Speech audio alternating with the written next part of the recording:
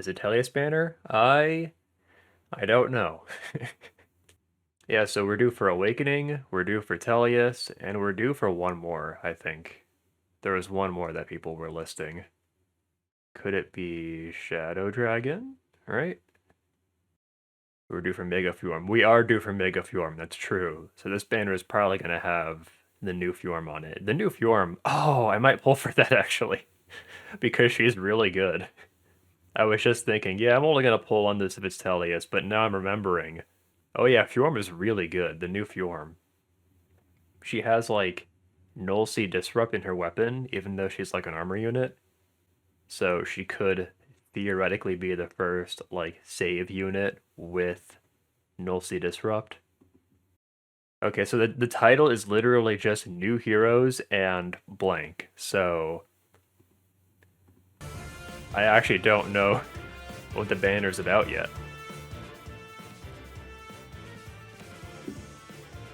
This is exciting. Oh. I will die at Lord Harden's side. Who the fuck? Made a vow. Oh. It's Shadow Dragon, okay. Well, that's cool. Ha!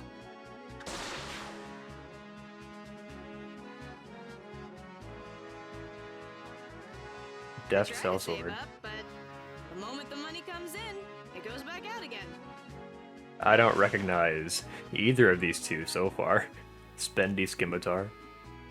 In Aurelis, my comrades and I are known as the Coyote's Men. Who are these people? I don't know who any of these characters are. It looks like they're from Mystery of the Emblem.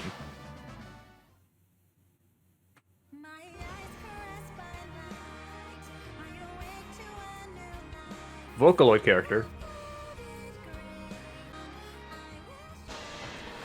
It's a far save Null Sea Disrupt character. Fuck.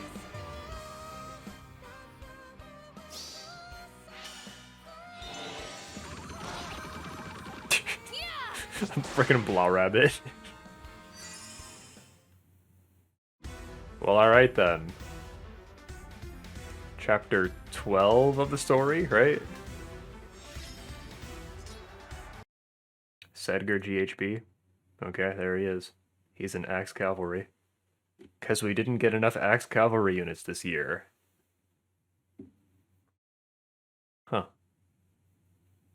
This kind of looks like the final boss, actually. What are we on chapter 12 or 13 of the story right now? Finish the video? Alright. Oh yeah, that's right. These banners have recently been coming with, well, not new currency, right? Surely. Oh, wait, really? What the fuck? Ascendant Floret. When you summon an Ascended Hero. The fuck's an Ascendant Hero? God.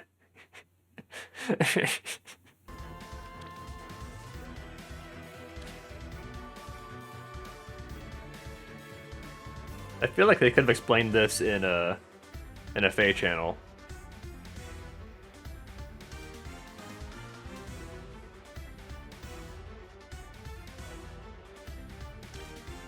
There's a lot going on here. Hold on, I can't process all this.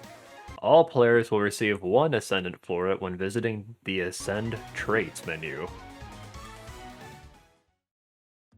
And... okay, is that it?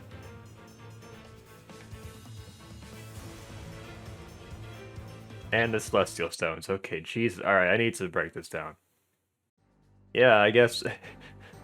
I glossed over this completely. A new hero type, the Ascended Hero.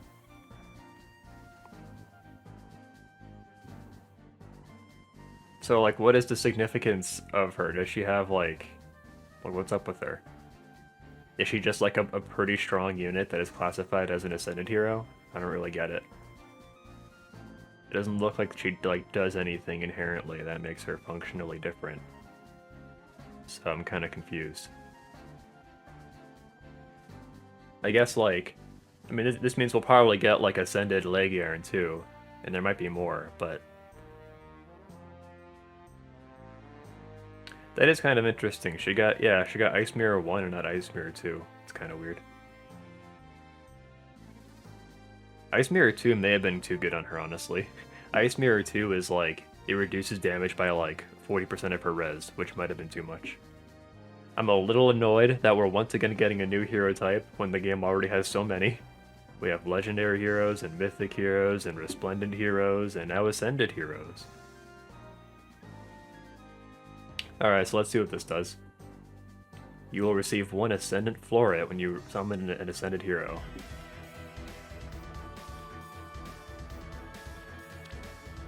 If you ascend a stat that has a flaw, that flaw will be cancelled out. You can use an Ascended Floret to add an Ascended asset to a hero's stat. So you can basically have 2 assets. Yeah, so like Fjorm can... Well... So you summon an Ascended hero, then you could just use that Ascendant Floret on them. Wait, hold on. Ascended heroes can add an Ascended asset without using an Ascended Floret. Okay. So that's what functionally makes them unique, is that you can give them an Ascended stat without having to use one of these. Well, that's interesting. That means there's more value in like sparking now, because if you spark Fjorm, then you get one of these Ascended Florets. Although we are getting one for free, so that's cool. There's also duo units and harmonized units. There's 2 types of legendary heroes, actually. There's the old ones and the new ones. Yeah, did we see... Oh yeah, we can see her stats, can't we? Is that 40 attack? 41 speed, 31 defense, 36 res? That's about what I would expect. Pretty good, honestly. I'm not surprised that they just gave her Far Save right off the bat. But yeah, Fjorm is really freaking stacked. I might spark for her, honestly. At least this new unit type. At least this new type of unit doesn't seem to do much besides maybe move units up a BST bin. Oh yeah, that's true. She might have a new BST bin. We don't know for sure yet. I mean, I guess we can just calculate it. I think right now, melee armor BST is like 190, right? It looks like it's still 190. So, the same BST that we've been seeing on armored melee.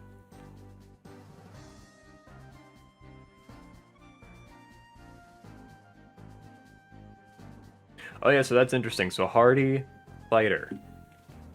Right. So, old Fjorm had Shield Pulse, obviously. The new Fjorm has Accelerate Special Trigger on her weapon, so Shield Pulse would have been a little redundant because it'd be reducing by 1 and not 2, but let's see what Hardy Fighter does. Deep breath. Neutralizes effects that guarantee foes follow-up attacks during combat. At start of turn 1, if foes attack triggers... I'm already confused. At start of turn 1, if foes attack triggers special, grant special cooldown count -2. This is weird, right? At start of turn 1, if foes attack triggers special. So like, at start of turn 1, it checks to see if there are any enemies that have like an attacking special. If foes attack triggers special, and special has the reduces damage by X% effect, special triggers twice. Oh, okay. Reading comprehension is hard. Oh, okay, so it's not checking the enemy special, it's checking Fjorm's. Okay, I'm stupid. So at start of turn 1, if Fjorm has a special, like Ice Mirror, then grant special cooldown count -2. If foes attack triggers special, and special has the reduces damage by X% effect, like Ice Mirror does, special triggers twice, then reduces damage by 5. Example, if special has the reduces damage by 50% effect and no other damage reduction effects trigger, reduces initial damage by 50%, then reduces remaining damage by 50% for a total damage reduction of 75%. Remaining damage is then reduced by a further 5. Each special trigger is calculated as a separate activation. Okay, I'm there. I understand now. BS Fire Emblem game is a Stellaview game? It was some shitty broadcast of a Fire Emblem game or something. Just a Fire Emblem game. And in it there were 3 recruitable characters. Malice was one of these characters. These 3 later became available. Oh, I remember vaguely hearing about this now. Then they got added into Mystery of the Emblem later. Interesting. And yeah, Fjorm is ridiculously tanky. She's just going to reduce all damage. Also, she comes with Far Save. She is just an extremely strong tank right off the bat. Nifl's Bite, accelerates special trigger, unit can counterattack regardless of foe's range. If unit is within 2 spaces of an ally, restore 7 HP to unit after combat, and also, if foe uses bow, dagger, magic, or staff, neutralizes effects that prevent units counterattacks during combat.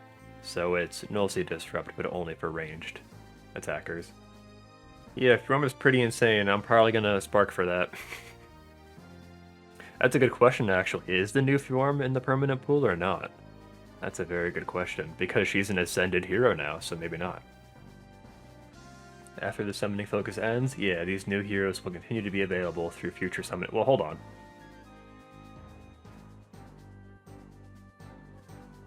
If there's no outlier for her, like I said for Duo Ephraim, are we sure it didn't say the same thing for Ephraim, though? Because, like, technically he's still available in later summoning events, like, I don't know.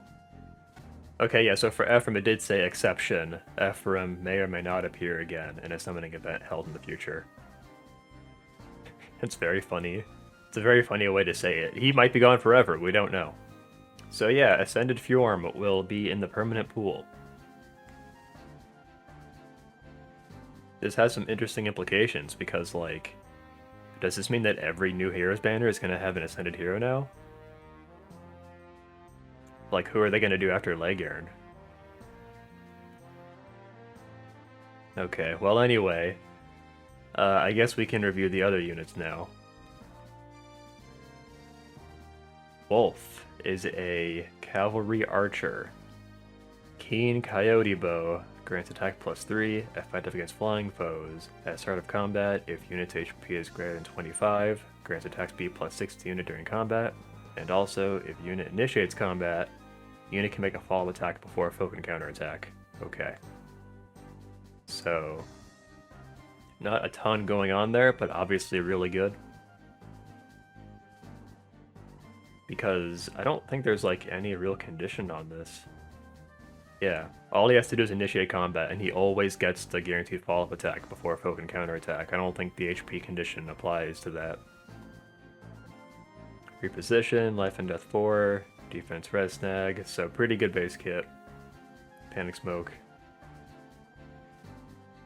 Life and death 4 makes sense because he's just gonna follow-up attack before they can counterattack. I have no history with these characters whatsoever. Back out again. Malice is an infantry sword with spurn, as one would expect. Spendy Scimitar, accelerates special trigger. If unit initiates combat or is within 2 spaces of an ally, grants bonus to attack, speed, defense, res. Based on the number of times unit has been enhanced using Dragon Flowers. 1 or more times grants 6. 0 times grants 4. That's a weird way to word it. Well, for Rena, I think it scales further up. With Malice, it's literally just give her a single Dragon Flower, and she gets +6 to all stats, unconditionally. Well, okay, it's not unconditional. She has to initiate combat, but yeah. So just give her a single Dragon Flower, and she gets +6 to all stats. Also, if you didn't give her any Dragon Flowers, she still gets +4. What a weird unit. And also, if unit has been enhanced using Dragon Flowers 2 or more times, neutralizes effects that grant special cooldown charge +X to foe, or inflict special cooldown charge -X on unit. Okay. So you can get all the effects from her weapon by giving her 2 dragon flowers. And they're pretty good effects too, honestly. She gets special acceleration, +6 to all stats, and like anti-guard. Pretty good, honestly. My comrades and I are known as the Coyote's Men.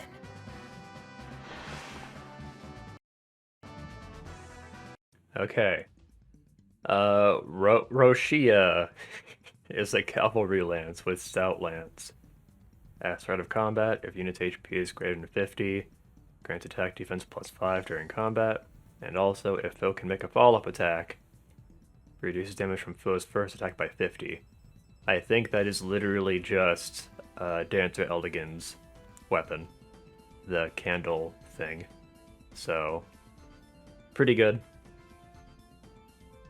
I guess it's just more available now, I don't know. People do like merging Dancer Eldigan, so... Yeah, Courtly Candle. That's right. Pretty sure that's the exact same effect. So, I mean, it's cool that it's more available now. Just non-seasonal, yeah. You could have gotten it with Grails before. It wasn't really limited before, but whatever. Another demote with Distant Guard. I've lost track of how many we've had. Linhardt had it. Merlinus has it. There may be more. Wolf, Roshea, and Sedgar are Hard's lackeys. Yeah. That's right. Because I played FE1. So I remember once Harden joins you, he comes with like a couple of dudes. So I actually remember Roshea and Wolf now, I think. Just always on the subreddit, the salt thread has more comments than the hype thread. Right now it's just a lot more, and it's just funny. Sedgar is the next GHB, okay. And Vyland is direct 3-4 star focus, or direct emote. Yeah, this looks like Vyland right here. He's a playable character in the Archanea series, with the exception of Fire Emblem Mystery of the Emblem, where he is only a boss. He is a member of the Aurelian Knights under Harden. He is a Cavalier. He is not recruitable in the original Mystery of the Emblem, even if the player avoids killing him. However, in the remake, Roshea can convince Vyland to join Marth's army. In comparison to his fellow members, he handles Harden's oh. Anyway.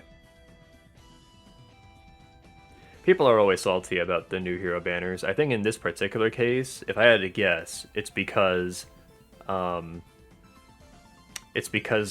Fjorm is really ridiculous. I can confirm that real quick. Let's see what people are complaining about. Ascended Florets are transparent summon to win bullshit. Kinda true. They're desperate to get people to summon with that new currency. The new currency is fucking awful and I hate it. Do we really need a new hero and currency type? Getting buffs behind summoning. How typical.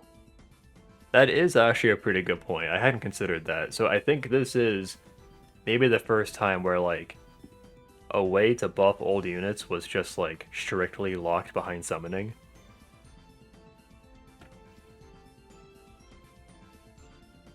Well, that is sort of true. But think of, like, free-to-play units, like rally units and whatever. Like, you can get him dragon flowers without summoning. You can give him trait fruits without summoning. Like, you can get a lot of mileage out of your units without summoning. But this, like this new buff where you give them a new asset, is like completely locked behind summoning. Also, here's a question I just thought of. What if you can grant more than one ascended asset to a character? Like, can you turn all of your stats into assets? Okay, here we go. Each hero can only receive one ascended Floret. Okay, thank God. Otherwise... Wow. Yeah, I do agree that, like, this is kind of just a cynical way to get people to summon, because, like, this new Floret is locked behind summoning a Fjorm, but I don't know. It is what it is. I am also upset about it. Does it increase the BSD check for Arena like a normal asset too? I would assume so. That's a really good question, because I think if it didn't, it would say so. Somewhere. They should have explained this in a FA channel, right? I feel like this was worthy of being in a FA channel. Intuitively, I would say no, it doesn't increase the BST bin, but just based on the info we have so far, it kind of seems like it could. What if we got like Ascended Alphons in Sharena? That'd be cool. Those units who just barely missed a higher BST bin like Nemesis could score higher now. Potentially, we don't know yet. But yeah, the potential is there. Well, while I do agree that the inclusion of Ascended Heroes and Ascended Florets is pretty cynical, yet another new hero type and yet another new currency, I am in fact gonna get baited. We're gonna spark for Fjorm. I might just pull green the entire time, because if we do that, then like we'll probably get more than one. So pretty sure I'm gonna get baited. I might reconsider before the banner comes out, but yeah. Although, there is also like the Diginsia banner coming up, and the Legendary banner coming up, so maybe I'll hold off until after we summon for Diginsia. Because I'll prioritize Diginsia above Fjorm for now. So we'll do Diginsia and Kurth first, and then if we're doing okay, I'll go for Fjorm too. Yeah, but Zahark is also 4-star focus, so I'm not too concerned about that. You are right though, we do need Zahark as well. And then, after we get Diginsia, Kurth, and Zahark, we will just be missing Ranulf. Back to Equilibrium. I guess I can't say for sure whether or not I'm gonna pull. I thought I was, but then I reconsidered. Stay tuned. At the very least, we're gonna pull for Diginsia and Kurth on the 20th, because I think that's when the Diginsia rerun comes up. So, look forward to that. And then we might do Fjorm as well. Yeah, for real though, Fjorm is gonna... I think Fjorm is a meta-relevant unit, just right off the bat. Nullsea Disrupt and AR Far Save. Like, armor save balls just became a lot more accessible. Alright, well I'll tell you what, I am losing my voice and my ability to speak, so I'm gonna end the stream there, and I'll edit this reaction for YouTube. Thanks for hanging out, guys. I appreciate you. This was fun and confusing, but still fun. We'll be back soon with more stuff, either Metroid or Pokemon or Fae, whatever is going on. We'll summon on the 20th, like I said. But yeah, have a good night, guys.